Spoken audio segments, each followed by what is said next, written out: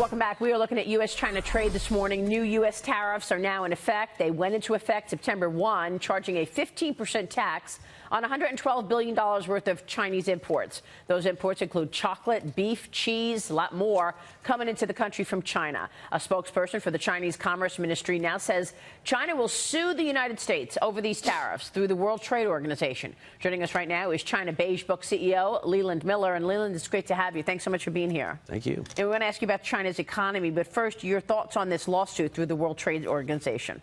Well, it makes all the sense in the world for China to be doing this. One of the things that they're most scared of is to being ganged up by the rest of the world. They feel very vulnerable because of what the U.S. is doing right now. But the problem is, how do you talk about Chinese rule? How do the Chinese broadcast the fact that they're part of the system and that they're not unfair traders? This is one way. They say, look, we work through the system. We defend the rule-based order. It gives them some nice talking points. Does the Hong Kong situation put even more pressure on Xi Jinping? I mean, next month, October, is the 70th anniversary of the Communist Party beginning on October 1st. You have to wonder if he's going to do anything before that. But what about the Hong Kong protests and how that adds pressure? It's enormous pressure for Xi. I mean, right now the world is watching. Everybody wants some sort of graphic. They want some sort of guy standing in front of a tank or whatever the closest approximation to that is.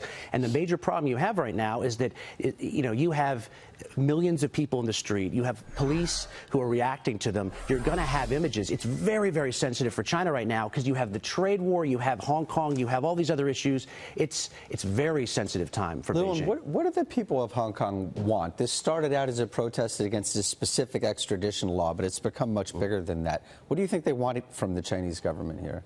The major problem is that there isn't one set of demands. Clearly, what they're pushing back at is the idea that they're being engulfed by the Chinese state. People who talk bad about the state are going to disappear. All kinds of. They want autonomy. They want autonomy. Like what they were promised. They want by the their way. two systems. But China keeps breaking the promises. That's right. And the problem here is that there's no real way of easily pushing back. So this is basically an outpouring of emotion against some things that have been building up, with the extradition law being the major issue there. But this is really Hong Kong fighting for its own freedom. I think it helps the Trump side, doesn't it? It helps the president.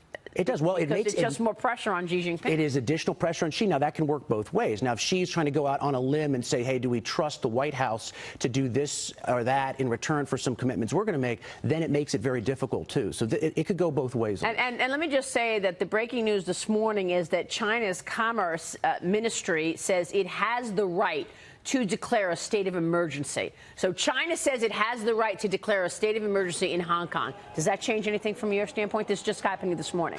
Not really, because China's always felt that it could declare a state of emergency. China feels that Hong Kong is China's, and as a result, they're going to do whatever it takes. Now, they're watching the cameras. They don't want this to play out bad in front of the TV cameras around the world. But look, they're going to do whatever it takes in order to put this down, and that's the real tragedy of this all. That no matter how hard the Hong Kong people fight, that this is going in one direction.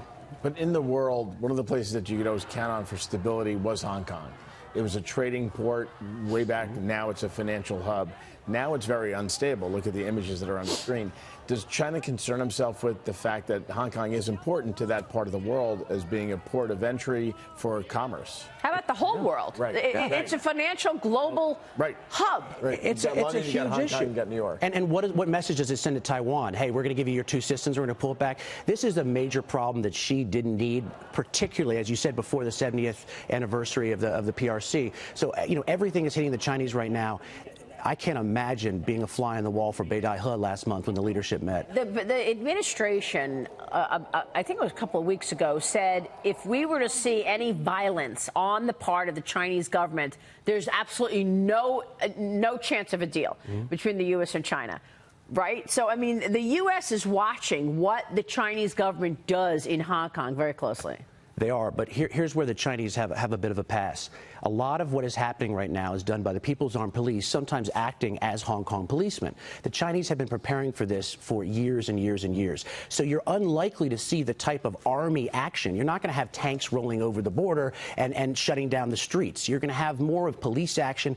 One thing the Chinese have done since Tiananmen has gotten very, very good at crowd control, at riot control. And so the types of things you see are much more smooth and fluid, but they can still put down protests. bypassed very, very easily. And they've got the facial recognition to do it in a enormous calm. No, I mean it. Right. They've got AI all over the place. What about Huawei? How does this fit into it? The company is now accusing the United States of cyber attacks. It's threatening its employees.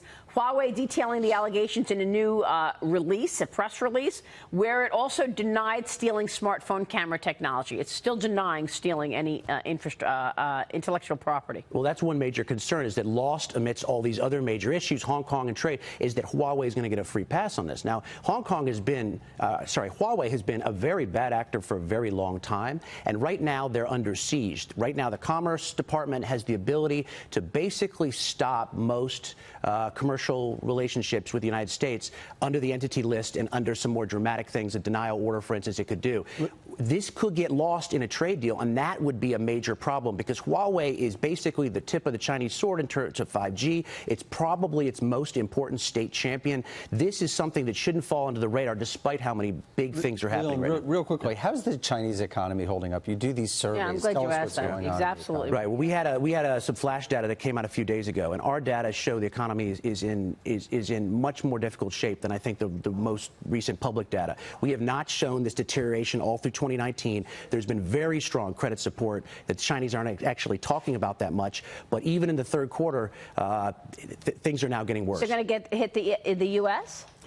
There's not necessarily a carryover mechanism, but the weakness in China right now is quite dramatic compared to anything that we've seen since the fourth quarter of last year. So this is not there's not a mechanism there that's going to transfer one to the other, but it's worrisome from a trade standpoint. And earlier you said China doesn't want to be fighting the rest of the world. Do you feel the U.S. has allies against China? If they're asked. The problem is that as long as there's auto tariffs and other things hovering overhead, the Europeans aren't going to go to bat on this thing full steam unless they think that they've been cleared. So a lot of this will be to marshaling the type of support. Everybody knows what China's been doing for the last 20 years. The question is, can they be taken out of the crosshairs and put China back in it, and then everyone can focus on. Don't forget all that Huawei infrastructure that is in place throughout Europe. It's the battle of the ages. Exactly. Leland, it's great to get your insights. Pleasure. Thank you so much. Leland Miller joining us there.